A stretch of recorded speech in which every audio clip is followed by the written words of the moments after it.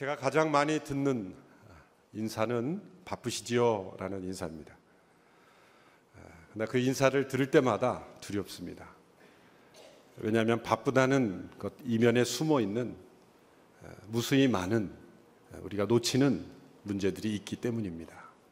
유진 피터슨이라는 목사님이 쓴 글 가운데 왜 그 인사가 무서운 인사인지를 설명해 주는 문구가 있습니다. 바쁘다는 말은 헌신의 징후가 아니라 배신의 징후이다. 그것은 헌신이 아니라 게으름이다. 목사라는 말의 수식어로 바쁘다는 수식어를 붙이는 것은 마치 어떤 아내에게 부정한이라는 형용사를 붙이는 것과 같고, 또 어떤 은행가를 묘사할 때 횡령하는 이라는 형용사를 붙이는 것과 같다. 왜 바쁘다는 말이 목사에게 나쁜 단어라는 것일까요? 왜 그것을 헌신이 아니라 배신이요, 오히려 열심이 아니라 게으름이라고 말하고 있을까요? 바쁜 목사는 나쁜 목사가 되기 쉽습니다. 목사만이 아니라 모든 사람들이 그렇습니다. 바쁜 아버지는 나쁜 아버지가 되기 쉽고, 또 바쁜 엄마도 나쁜 엄마가 되기 쉽습니다. 바쁘다는 것, 일이 많은 것과 바쁘다는 것은 다르죠. 일이 많아도 바쁘지 않고 분주하지 않을 수 있습니다. 그런데 일이 적어도 바쁘고 분주할 수 있는 것입니다. 우리가 흔히 시간 관리라는 말을 사용하는데 엄밀히 말하면 그 단어는 틀린 말입니다. 시간은 우리가 관리할 수 있는 것이 아닙니다. 주어진 시간 속에서 우리의 삶을 관리하고 우리의 선택과 우리의 어떤 삶을, 사건을 관리하는 것뿐입니다. 여러 나라를 여행하신 분들은 사람들의 시간관념이 그 나라와 문화에 따라 크게 차이가 있다는 것을 알 것입니다. 어느 민족을 가보면 분초까지 정확하게 잘 지키는, 그 시간 계획을 철저하게 지키는 나라와 민족이 있는 반면에 약속 시간이 훨씬 지나서 나타났음에도 전혀 미안한 기색이 없고, 더 놀라운 것은 기다렸던 사람도 전혀 화내지 않는 그런 민족도 있다는 것이죠. 그 미국 IBF 소속 선교사로서 남미, 라틴 아메리카에서 오래 사역했던 윌리엄 맥코넬이라는 분이 있는데, 이분이 그 미국의 선교사로서 남미에서 오래 사역하면서 그 북미와 남미의 시간에 대한 엄청난 문화의 차이가 있다는 것을 깨달으면서 시간의 관점으로 문화를 두 종류로 나눴습니다. 첫 번째, 그분은 미래지향적 문화, Future Oriented Culture라고 부릅니다. 그것은 대부분의 서구 사회, 또 우리도 그런 문화에 이미 익숙해져 있죠. 미래에 대한 계획을 세우고 그 목표를 세우고 목표를 이루기 위해서 이 주어진 시간을 쪼개서 관리하고 적은 시간에 더 많은 일을 할 수 있는, 그래서 효율적으로 시간을 관리해야 된다라는 그런 문화, 그런 개념을 가지고 있는 것입니다. 시간은 금이다라는 생각이 있습니다. 제한된 시간 속에 더 많은 일을 어떻게 하면 할 수 있을까? 그래서 그런 관점에서 일을 하는 회사는 직원들의 일하는 분초까지 다 쪼개서 과연 목표를 향하여 일을 하고 있는가, 그렇게 체크하는 회사가 되는 것이죠. 이런 문화 속에 익숙한 사람들이 만약 10계명 외에 또 다른 계명을 11계명을 만들려고 하면 이런 계명이 되겠죠. 약속 시간에 늦지 말지니라. 늦지 말지니라. 바로 시간을 통제하고 내가 원하는 목표를 이루기 위해서 시간을 효율적으로 일하는 것, 나쁜 것이 아니죠. 그러나 그 이면에 숨어 있는 독소가 있고 그 이면에 우리가 놓치는 면들이 분명히 있다는 것이죠. 두 번째 문화로 이 사건 지향적인 문화다, 이벤트 오리엔티드 컬처, 그렇게 불렀는데, 이것은 시간의 흐름, 시간이 얼마나 갔는가, 시계가 가리키는 시간이 얼마나 흘렀는가, 거기에 상관없이 사건이 과연 충실하게 다 만족되었는가를 뜻하는 거죠. 대부분 아프리카나 남미 이런 민족에 이런 문화가 많은데요, 어느 아프리카 민족에서는 한 해가 우리가 생각하는 365일 그런 것이 중요한 게 아니에요. 330일이건 380일이건 그게 중요한 게 아니라 한 해가 갔다고 생각하기 위해서 필요한 여러 사건들이 있는 것입니다. 그들이 생각하는 한 열 몇 가지의 중요한 사건들이 다 이루어지면 한 해가 지나갔다, 이렇게 생각하는 거죠. 그러니까 시간이 갔기 때문에 이제 올해가 끝났기 때문에 이건 무효가 되고 뭐 한 해 예산이 이제 끝났느냐, 또 계속 유효하느냐, 뭐 이런 이 시간 중심의 이 시계를 보고 살아가는 그런 사람들이 사는 문화에서는 새해가 바뀌면 뭐 뭐든지 과거에 있는 것은 다 끝난 거죠. 그러나 그 부족에서는 한 해가 갔다라고 여길 수 있는 사건들이 다 충족되었느냐, 그 사건이 다 이루어졌을 때 이제 우리는 새해를 맞이했다, 그렇게 사고하는 것이죠.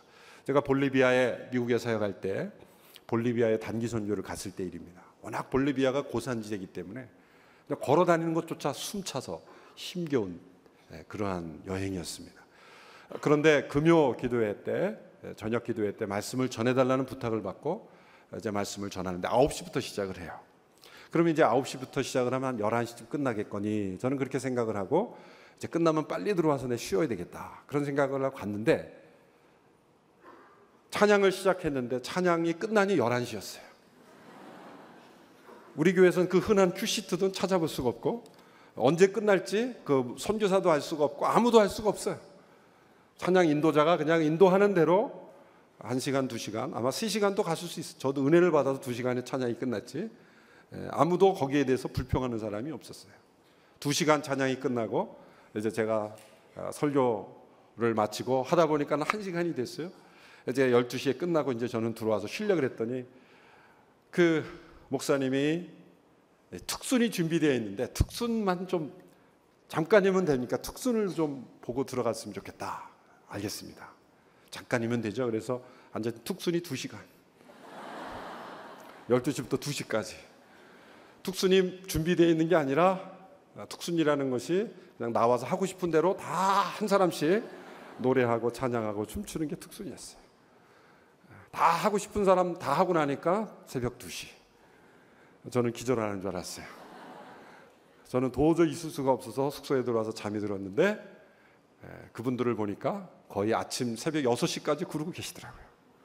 그 산간부족에. 물론 그분들은 우리처럼 산업사회에서 뭐 내일 아침 출근해야 되는 일도 없고, 물론 그런 분위기 때문에 그럴 수도 있지만 시간 개념이 다른 거죠.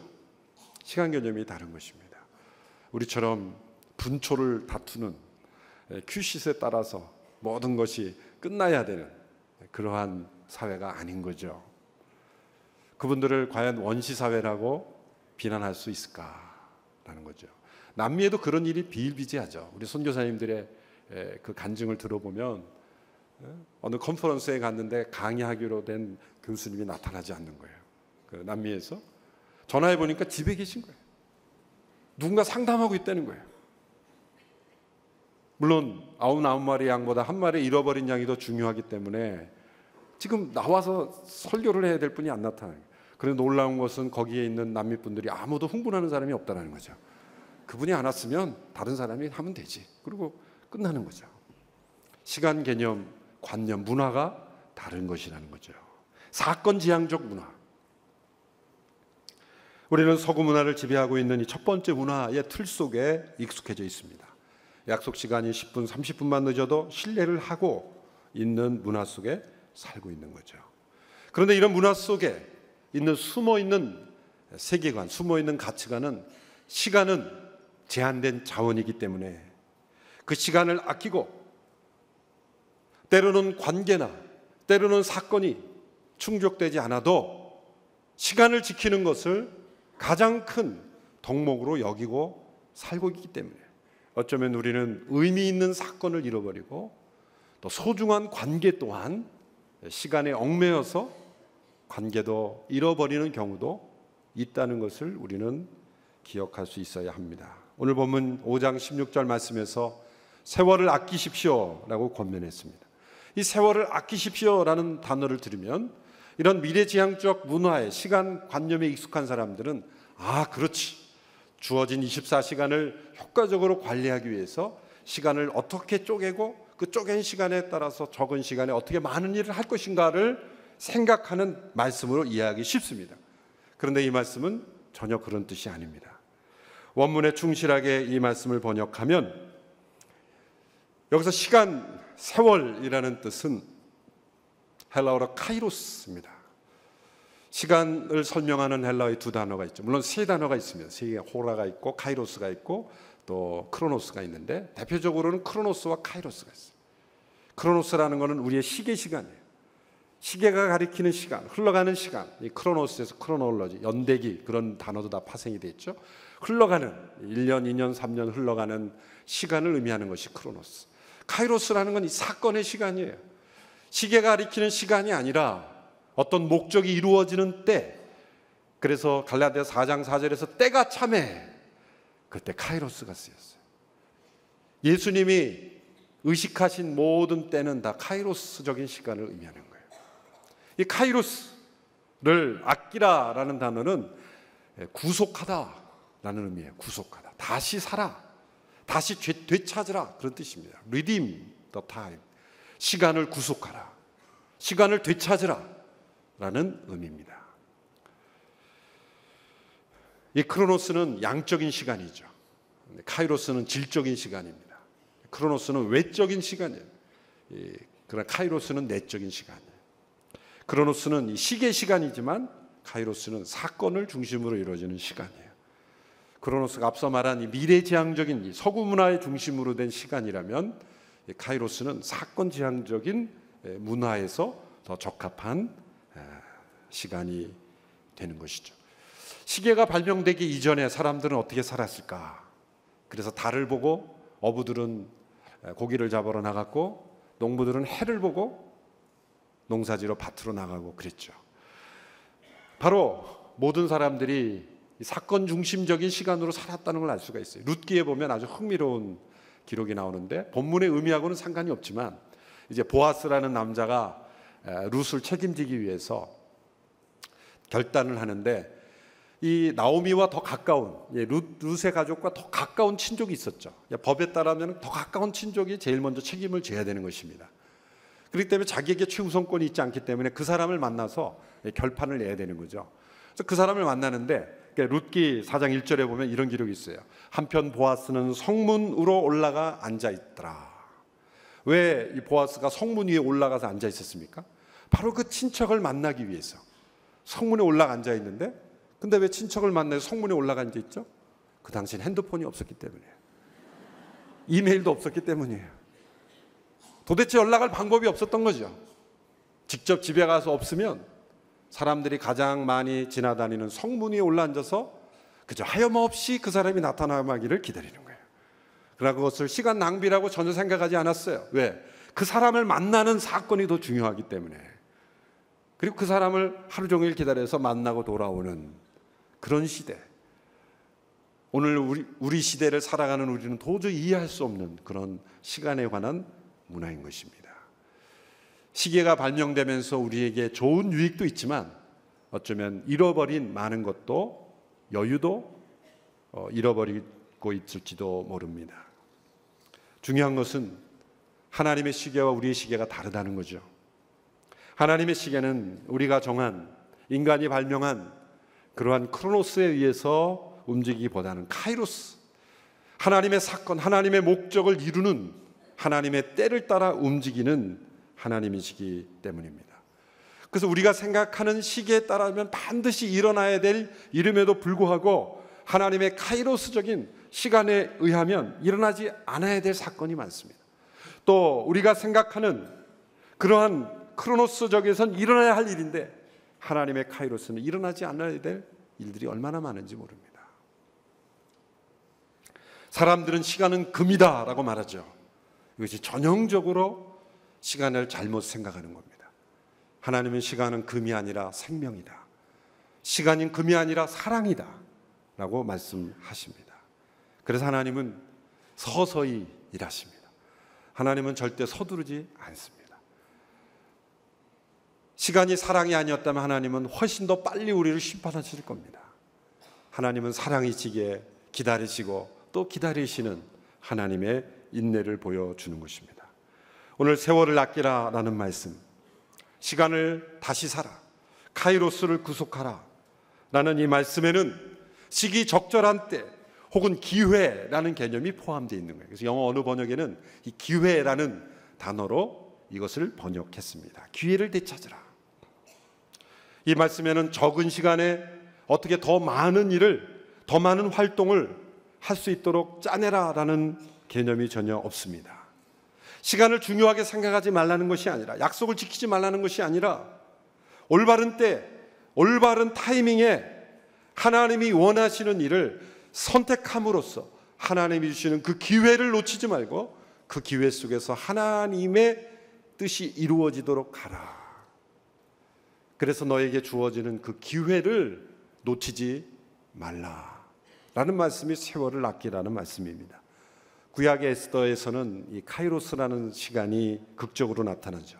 이스라엘 모든 민족이 다 모함에 의해서 죽게 되었을 때, 그때 왕궁에 에스더가 왕후로 있었죠.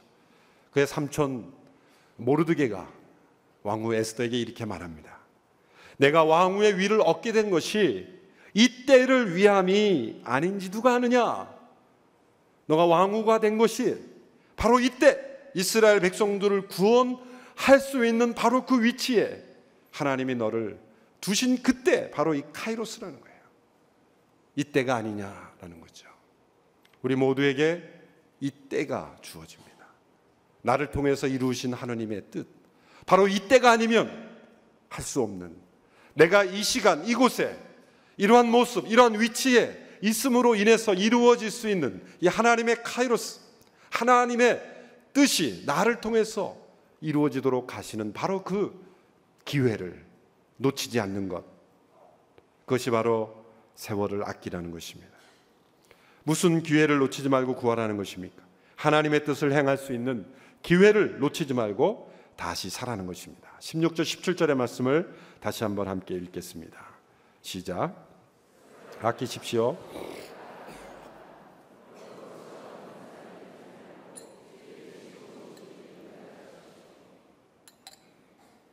세월을 아껴야 하는 이유를 우리의 삶이 유한하기 때문에, 보다 더 효율적인 삶을 살아야 하기 때문이라고 설명하지 않고 때가 악하기 때문이라고 설명합니다.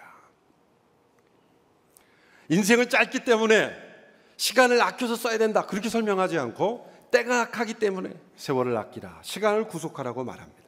여러분은 시간 역시 타락의 영향을 받았다는 거죠. 사단은 모든 것을 이용해서 인간을 협박합니다. 어쩌면 인생이 짧다라는 것으로서 사탄이 우리를 이용할 수 있어요. 조급하게 하고 다급하게 하고 째깍째깍 지나가는 그 시간 속에서 사단은 우리를 공격할 수도 있어요. 조급하게 하고 당황하게 하고. 그런데 우리가 당황할 이유는 아무것도 없습니다. 왜냐하면 우리는 영혼을 사는 인생이기 때문이에요. 영혼을 사는 인생이에요. 사실 우리의 인생의 시계가 우리를 가리키는 그런 시간과 분초가 제한되어 있는 것처럼 보이지만 우리의 시간은 영원한 시간이에요. 그러므로 하나님께서 허락하신 인생 가운데 우리가 하나님의 영원하신 하나님의 뜻을 이루는, 영혼을 잇대어 사는 인생인데, 사탄은 우리를 조급하게 하는 거예요. 다급하게 하는 거예요. 죽음 앞에 두렵게 하는 거예요. 때가 악하다는 것은 사단이 우리로 하여금 영혼을 바라보며 살아가도록 만들지 않게 하려는 거예요. 이 제한된 인생만을 바라보며 살아가도록 만드는 거예요. 때가 악합니다. 어떻게 우리는 이 악한 때의 시간을 다시 되찾을 수 있을까요? 그것은 오늘 말씀처럼 모든 시간 속에서 하나님의 뜻이 무엇인지를 분별하여서 모든 시간 속에서 하나님의 뜻에 초점을 맞추어 살아가는 것이죠. 어쩌면 우리가 분주하고 바쁜 것은 하나님께서 나에게 원하시지 않는 것을 하려고 하기 때문일 수도 있습니다. 또 하나님께서 원하시는 것보다 더 많은 것을 제한된 인생 속에 이루려고 하는 욕심 때문일 수도 있습니다. 예수님의 생애를 보면 불과 33세의 인생이었죠. 얼마나 짧은 인생입니까? 우리의 생애가 33세 인생이 끝났다면 모두가 다 아깝다 그럴 겁니다. 아깝다라고 말하는 것은 이 시계 시간 중심의 생각 속에 살고 있기 때문에 짧게 살면 아깝다라고 말하고 길게 살면 충분히 살았다고 말하는, 그것은 영혼을 사는 우리에게 있어서는 맞지 않는 시간 개념이에요. 이 땅을 우리가 더 많이 살면 더 많은 일을 했었을 것이고 짧게 살면 더 많은 일을 못했다라는 것은 이 시계를 중심으로 살아가는 우리의 시간관이에요. 예수님은 33세의 인생을 사셨지만 마지막에 십자가상에서 뭐라고 말씀하셨어요? 다 이루었다. 여한이 없다라는 거죠. 이 땅에 살아야 될 목적을 다 이루었다라고 예수님 말씀하신 거예요. 여러분 그렇게 말씀하실 수 있을까요? 하나님이 저와 여러분을 이 시간에 인생을 마무리하고 하나님께서 부르신다면 다 이루었다 그렇게 말할 수 있을까요? 많은 아쉬움이 있죠. 해야 할 일이 더 많은 것 같은데 다 이루지 못한 것 같습니다. 그래서 우리의 삶의 초점이 하나님의 뜻에 온전히 집중하지 못했기 때문에 우리에게는 늘 아쉬움이 있고 하지 못한 일이 많은 것 같습니다. 여러분 죽기 직전에 이렇게 말하는 사람은 아무도 없을 겁니다. 내가 회사에서 더 많은 일을 했어야 되는데. 그렇지 않습니까? 회사에서 일하지 말라는 뜻이 아니죠. 우리의 인생의 가장 중요한 소중한 하나님의 뜻에 집중하지 않으면 우리는 늘 후회할 수밖에 없었습니다. 예수님은 늘 하나님의 때를 의식하며 살았죠. 아버지의 뜻을 따라 살았죠. 그래서 어떤 경우는 내 때가 이르지 아니하였다 그렇게 말씀하기도 하고, 요한복음 17장에 보면 아버지여 때가 이르렀습니다. 이 하나님의 때를 의식하며 살아갔던 예수님의 모습입니다. 바로 그러한 인생을 사셨기 때문에 예수님은 33세의 인생, 그리고 공생에는 3년의 인생을 사셨지만 다 이루었다라고 고백하실 수가 있었습니다. 우리는 흘러가는 시계의 시간, 이 크로노스 안에서 하나님의 부르신 일을 잘 분별하여 그 일에 자신의 삶을 집중하는 것, 하나님이 나에게 하라고 하신 일을 잘 분별하고 또 내가 부름받지 않은 일에 대해서는 거절하고 하나님이 나에게 하라고 하신 가장 소중한 하나님의 뜻에 우리의 삶을 집중할 때 우리는 시간을 되찾는 인생, 사단에게 빼앗겨버린 듯한 이 시간들을 하나님의 뜻에 합당하게 사용되도록 만들 수가 있는 것입니다. 이렇게 하나님의 때를 분별할 수 있게 하기 위해서는 성령 충만해야 하는 것입니다. 18절 이하에서 성령 충만한 삶에 대해 설명하는 것인데, 여기에서 이 문맥에서 성령의 충만이 나오는 것은 어떤 성령의 은사나 특별한 사역에 대해서 설명하는 것보다는 이 문맥상 지금 하나님의 때를 따라 하나님의 뜻을 이루는 우리의 모든 시간 속에 이 카이로스의 사건이 이루어지는 삶이 되기 위해서는 성령 충만이 이루어지지 않고는 불가능하다는 것을 설명하기 위해서요. 18절로 21절의 말씀을 우리 같이 읽겠습니다. 18절에서 21절 시작. 또한 술에 취하지 마십시오. 잘못하면 방탕에 빠지기 쉽습니다. 오히려 성령으로 충만하게 되십시오. 여러분은 시와 찬미와 신령한 노래들로 서로 화답하고 마음으로 주께 찬송하며 우리 주 예수 그리스도의 이름으로 모든 일에 항상 하나님 아버지께 감사하고 그리스도를 경외함으로 서로 복종하십시오. 술 취함과 성령 충만을 대조하고 있지요. 왜냐하면 세월을 아끼는 데 있어서 대조되기 때문입니다. 술 취함의 상태에서는 결코 세월을 아끼고 시간을 구속하는 삶을 살 수가 없기 때문입니다. 술 취함의 결과는 방탕함입니다. 시간을 허비하고 생명을 허비합니다. 이 방탕은 분별과 대조되는 것이죠. 술 취함은 분별력을 잃게 만듭니다. 그러나 성령의 충만은 분별력을 가져다 줍니다. 모든 시간, 모든 상황 속에서 술 취함은 자신의 속을 드러내지만 성령의 충만함은 하나님의 뜻을 밝히 드러내는 거예요. 하나님의 때를 분별할 수 있게 해주는 거예요. 하나님이 원하시는 일을 할 수 있도록 분별케 해주는 것입니다. 여기서 술은 단지 알코올만 의미하지 않습니다. 이 세상의 문화를 모두 통칭해서 대명사로서 술이라는 단어를 사용한 것입니다. 우리의 분별력을 잃어버리게 하는 것에 지배당하지 않고 성령의 충만함으로 지배를 받을 때 우리는 하나님의 카이로스를 이루는, 하나님의 사건이 우리의 삶 속에 이루어지는 그런 인생을 살 수가 있다는 거죠. 19절로 21절의 말씀을 보면 이 성령 충만한 상태의 결과를 말씀합니다. 혹은 성령 충만에 이르는 길을 말씀하기도 한다고 해석할 수 있습니다. 첫째로 성령 충만하면 어떤 모습입니까? 함께 신령한 예배를 드리는 모습입니다. 19절의 말씀을 보면 시와 찬미와 신령한 노래들로 서로 화답하고 마음으로 주께 찬송한다고 말했습니다. 성령 충만은 예배 충만입니다. 여러분, 어느 때 우리가 하나님의 뜻, 하나님의 때를 가장 잘 분별할 수 있을까요? 예배의 순간입니다.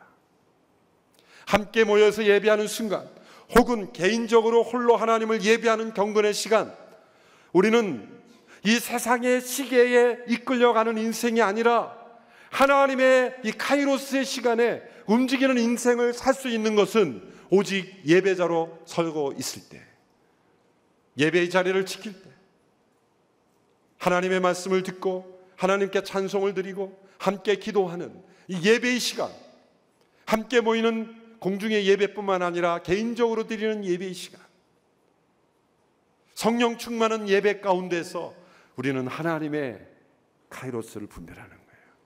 내가 어디로 움직여야 될지, 이때가 과연 하나님의 바로 그때인지. 우리는 내가 세상적으로는 이 문제를 이렇게 하겠다고 약속했지만 때로는 취소해야 될 때가 있고, 만나야 하기로 했지만 만나지 말아야 될 사람이 있고, 만나고 싶지 않았지만 만나야 될 사람이 있고, 예배 때 성령이 우리 가운데 임하실 때 우리의 모든 삶의 계획이 변화될 수 있다는 거예요. 크로노스의 시간에서 카이로스의 시간으로 우리는 변화되는 것이죠. 두 번째, 성령 충만하면 모든 일에 감사하게 됩니다. 우리 주 예수 그리스도의 이름으로 모든 일에 항상 하나님 아버지께 감사하고 그랬습니다. 성령 충만은 감사 충만입니다. 좋은 일만이 아니라 나쁜 일에도 감사하는 것이죠. 어거스틴에 의하면 초대교회 성도들은 만나고 헤어질 때마다 항상 그들의 인사말로 하나님께 감사드립니다, 그렇게 모임을 마치고 헤어졌다는 거죠. 때로는 그들의 대화 속에 여러분들이 그들이 만날 때는 좋은 일이 별로 없었어요. 핍박이 있었기 때문이죠. 때로는 원형 경기장에서 맹수에 의해서 뜯겨 죽은 형제에 관한 이야기를 나눌 수도 있었을 거예요. 그러나 그들은 그 모든 상황 속에서도 헤어질 때 하나님께 감사드립니다 라고 끝났다. 이단이 횡행하고 출현하고 있을 때도 그들은 하나님께 감사드립니다. 여러분, 우리가 왜 많은 삶의 선택에서 잘못된 선택을 할까요? 감사가 없을 때 우리의 마음은 흐트러지는 거죠. 아무것도 염려하지 말고 오직 모든 일에 기도와 간구로 너희 구할 것을 감사함으로 하나님께 아뢰라. 그래 모든 지각에 뛰어나신 하나님의 평강이 너희 마음과 생각을 지키시리라. 우리가 모든 일에 감사할 때 우리는 하나님의 평강 가운데 분별할 수 있게 되는 거죠. 나를 지키는 겁니다. 세 번째로, 성령 충만하면 서로가 서로에게 복종하게 됩니다. 21절의 말씀을 다시 한번 같이 읽어볼까요? 시작. 그리스도를 경외함으로 서로 복종하십시오. 성령 충만은 순종 충만입니다. 성령 충만함은 결코 자신의 주장만을 고집하지 않습니다.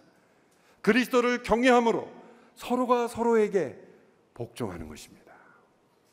어떤 사람이 성령 충만하다고 주장하면서 자신의 의견은 절대로 포기하지 않는 것은 성령 충만이 아닙니다. 자아 충만이요, 고집 충만이에요. 고린도 교회에 그런 분들이 있었죠. 고린도 교회, 온누리 교회가 아니라 고린도 교회. 고린도 교회 성령의 은사와 역사가 많이 나타났습니다. 예배 때 예언을 하는 사람들도 있었어요. 예언하는데 본인이 생각하기에 성령 충만한 거예요. 그래서 이 메시지를 회중에게 전해야 되는 거죠. 계속 얘기하는데 다른 사람이 얘기할 시간을 안 주는 거예요. 혼자 다 말하는 거예요. 본인은 성령 충만해요. 그래서 사도 바울은 이렇게 말하는, 그만해라. 그건 성령 충만이 아니다. 왜? 성령 충만의 마지막 열매는 뭡니까? 절제, 셀프 컨트롤. 절제의 열매가 없으면 성령 충만한 게 아니다. 성령 충만으로 시작했다가 자기 충만으로 끝나는 경우도 많은 거예요. 성령 충만은 자기가 충만하다고 주장하는 것이 아니죠. 주변의 사람들이 이분은 정말 성령 충만함. 그 성령 충만의 모습은 어떤 모습이에요? 그리스도를 경외함으로 서로가 서로에게 복종해 주는 것, 다른 사람의 의견도 기꺼이 따라주는 것, 정말 진리가 아닌 것에 따르는 게 아니라 이래도 좋고 저래도 좋은 것은 서로가 서로에게 따라주는 것. 왜? 상대방을 경외하는 게 아니라 그리스도를 경외하기 때문에 서로가 서로를 복종해 주는 것. 이거는 평등보다 훨씬 더 한 차원 높은 거죠. 평등은 모두가 다 같다고 주장하기 때문에 각자의 보이스를 주장합니다. 천국은 평등이 아니라 서로 복종하는 공동체입니다. 여러분이 아름다운 모습이 성령 충만함을 통해서 이루어지는 것이에요. 그리고 이런 모습을 통해서 우리를 향한 하나님의 카이로스가 이루어지는 거죠. 하나님의 카이로스는 어떤 공동체를 통해 이루어집니까? 성령으로 인도함을 받는 공동체.